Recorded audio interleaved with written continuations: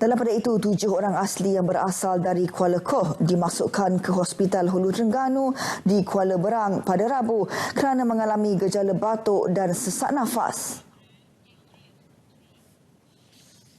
Pengarah Kesihatan Negeri Terengganu, Dr. Muhammad Jusoh dalam satu kenyataan berkata seorang lagi turut dimasukkan ke hospital sama kerana mengalami cerit-berit, sakit perut serta muntah. Kesemua mereka berumur antara 4 hingga 25 tahun, terdiri daripada 3 perempuan dan 5 lelaki dan kini dilaporkan stabil. 23 orang asli yang berasal dari Kuala Koh tinggal di Kampung Gerdung Hulu Terengganu secara berperingkat, iaitu 7 orang telah lama menetap di kawasan itu manakala 16 lagi baru berpindah pada 8 Jun lalu.